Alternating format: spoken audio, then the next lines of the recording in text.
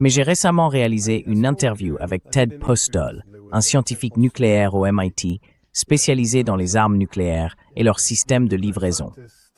Il expliquait que si Israël se sent désormais acculé et estime que la guerre contre l'Iran est en train d'être perdue, il pourrait envisager de recourir à une arme nucléaire.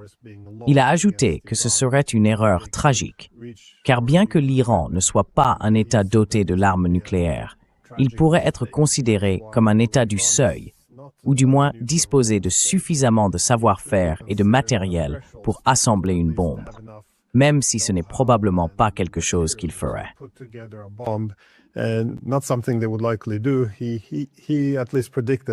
Il a prédit que leur stratégie consisterait à ne pas franchir cette ligne, à moins d'être attaqué avec une arme nucléaire.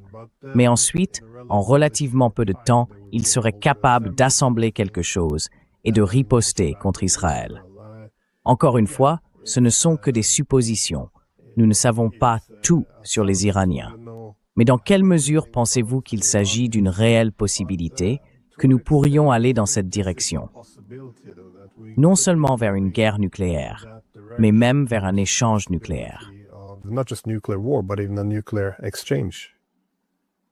Il va y avoir une pression immense de la part des partisans de la ligne dure en Iran, quel que soit celui qui finira par diriger le pays, que ce soit le fils de l'ayatollah, que nous considérons déjà comme un peu plus radical que son père.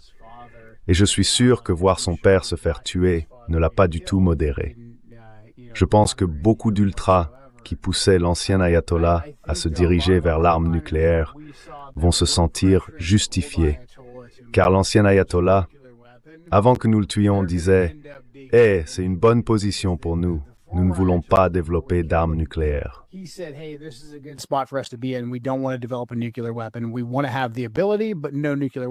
Nous voulons avoir la capacité, mais pas d'armes nucléaires. Cela nous donne le maximum de levier dans les négociations. Et pendant un certain temps, il avait raison. Mais malheureusement, nous avons en quelque sorte détruit, littéralement tué, cette école de pensée.